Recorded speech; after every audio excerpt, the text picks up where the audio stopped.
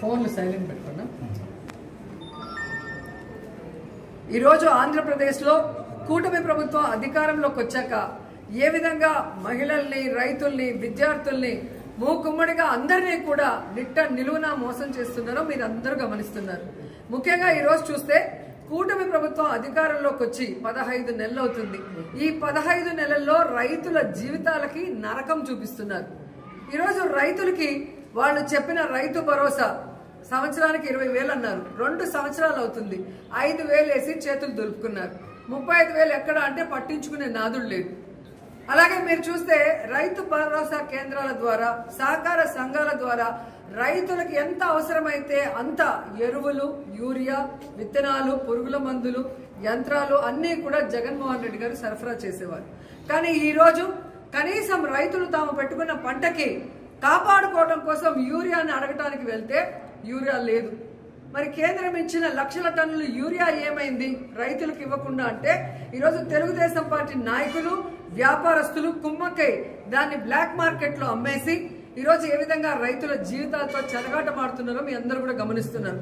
ముఖ్యంగా నా నియోజకవర్గం నగిరి గురించి నేను చెప్తాను. స్టేట్ అంతా ఎలా జరుగుతుందో మీకే అర్థమవుతుంది. ఎందుకంటే ఈ రోజు నగిరి నియోజకవర్గంలో నిన్నటి వరకు రైతులకు కావాల్సిన యూరియా ఇవ్వకుండా దాన్ని బ్లాక్ మార్కెట్ లో అమ్ముకుంటే రైతులు విధిలేని పరిస్థితుల్లో తమిళనాడుకు వెళ్లి కనకమ్మ సత్రంలో, అలాగే పల్లిపట్టులో, తిరుత్తనిలో, ఎన్నెన్కండ్రిగలో, పొద్దుటూరులో ఈరోజు వెళ్లి ఎక్కువ డబ్బుకి మరి ఈరోజు కొనుక్కొని ట్రాన్స్పోర్ట్ ఛార్జెస్ మళ్లీ కూడా దాని మీద భారీగా వేస్తే ఈరోజు రైతన్నలు వెన్నెముక విరిగిపోయే విధంగా, అంటే ఈ వెన్నుపోటు రాజకీయాలు చేసే చంద్రబాబు నాయుడు ఆఖరికి మామతో పాటు రైతులను కూడా ఎలా వెన్నుపోటు పొడిచారో ఒకసారి చూసుకోండి. ఎందుకంటే ఆయన వ్యవసాయం దండగాని తన మనసులోని మాట బుక్ రాసిన గొప్ప మేధావి. అలాంటి వాడిని నమ్మినందుకు ఈరోజు రైతన్నల జీవితాలు సర్వనాశనం చేశారనేది మీరు అర్థం చేసుకోవాలి.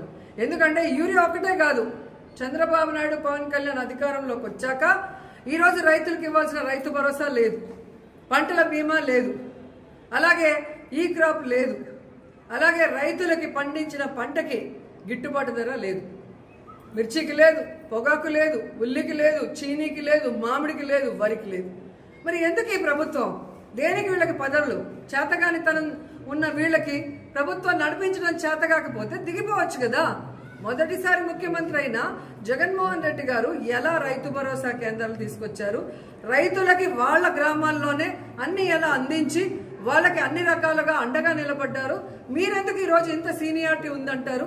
4 సార్లు ముఖ్యమంత్రి అయిన మీకు ఎందుకు రైతుల్ని కాపాడుకోలేకపోతున్నారు, రైతు సమస్యలు ఎందుకు తీర్చలేకపోతున్నారని అడుగుతున్నా. అంటే చిత్తశుద్ధి లేదు. ఈరోజు చంద్రబాబు నాయుడుకి, పవన్ కళ్యాణ్కి, లోకేష్కి ఈరోజు రాష్ట్రంలో వాళ్ళ కూటమి ప్రభుత్వంలో ఉన్న ఎమ్మెల్యేలకు, నాయకులకి ఇసుక దోచుకోవడం, మద్యం దోచుకోవడం, అలాగే భూములు దోచుకోవడం, ట్రాన్స్ఫర్లలో దోచుకోవడం ఎలా అలవాటైందో ఈ రైతుల నోట్లో మట్టి కొట్టి యూరియాని కూడా బ్లాక్ మార్కెట్కి అమ్మేసి దోచుకోవడం చూస్తుంటే వీళ్ళు ఎంత కక్కుర్తిగాళ్ళో ఈరోజు మనకు అర్థమవుతుంది. సో ఇలాంటి నాయకుల్ని, వ్యాపారస్తుల్ని, బ్లాక్ మార్కెట్ని నియంత్రించాల్సిన బాధ్యత ఉన్న చంద్రబాబు నాయుడు నియంత్రించకపోగా ఎక్కడా కొరత లేదు, సఫిషియెంట్ గా అంతా ఉంది అన్నాడు. మరి అంతా సఫిషియెంట్ గా ఉన్నప్పుడు ఎందుకు గ్రామాల్లో రైతులకి యూరియా దొరకట్లేదు? ఎందుకు గ్రామాల్లో రైతులకి ఎరువులు దొరకట్లేదు? నేను ప్రశ్నిస్తున్నాను, ఆన్సర్ చెప్పండి. ఈరోజు మీరు అంటున్నారు కదా అన్ని సక్రమంగా ఉంటే ఈరోజు జగన్మోహన్ రెడ్డి గారు డేట్ అనౌన్స్ చేశాక ఎందుకు నిన్న మీటింగ్ పెట్టుకున్నారు? ఎందుకు సెంట్రల్ మినిస్టర్ నడ్డాకు ఫోన్ చేసి మాకు యూరియా కావాలి పంపించండి అని ఎందుకు అడిగారు? టైంపాస్కి అడిగారా? అంటే కొరత ఉందని మీకు తెలిసి సైలెంట్ గా ఉంటారు మీ ఛానళ్ళన్నీ. వైఎస్ఆర్సీపీ మాట్లాడితే తప్పుడు కేసులు పెట్టచ్చు, వాళ్ళ మీద దుమ్మెత్తిపోయొచ్చు అనుకున్నారు. కానీ రైతులు కూడా రోడ్డెక్కి ఈరోజు అన్ని రకాలు ఉల్లి రైతులు కానీ, మిర్చి రైతులు కానీ, పొగాకు రైతులు కానీ, మామిడి రైతులు మీ మీద ఎంత నిరసన వ్యక్తం చేస్తున్నారో మీరు గమనించారు. దానికి అండగా ఈరోజు వైఎస్ఆర్సీపీ నిలబడగానే మీరు దిగొచ్చి ఈరోజు కేంద్రంతో మాట్లాడుతున్నారే. మరి ఈరోజు అక్కడ మాదే ప్రభుత్వం, ఇక్కడ మాదే డబుల్ ఇంజిన్ ప్రభుత్వం అన్నారే.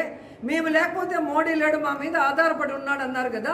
మరి ఎందుకు మన రాష్ట్రానికి కావాల్సిన ఏ బెనిఫిట్స్ మీరు తేలేకపోతున్నారు?